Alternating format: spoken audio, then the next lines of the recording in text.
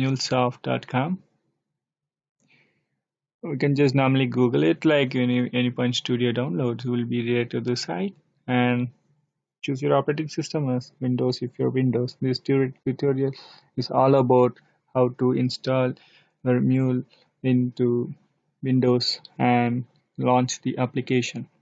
So as per my configuration, I just selected and downloaded it. So I have the application downloaded, and you can unzip it. So when you try to launch, once you unzip the application, when you try to launch it, it will ask for your workspace.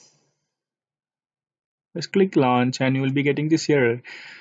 So what you have to do here is you just go to the AnypointStudio.ini file, click edit with notepad.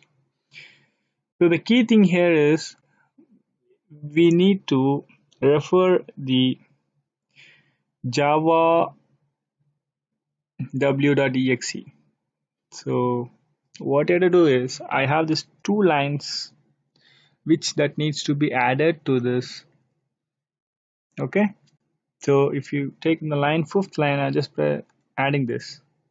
This is our two lines, VM, and you have to refer to the java w.exe file. So once you are done that, save the file. Now try relaunching this Anypoint Studio. Click launch and it should open. Alright, yeah.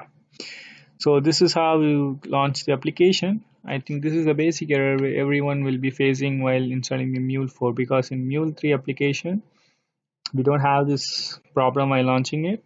Sometimes we have the problem in the space, so we need to configure these terms of space and these three parameters based upon your machine capacity and how much space does this application needs to use in your VM. So once you launch the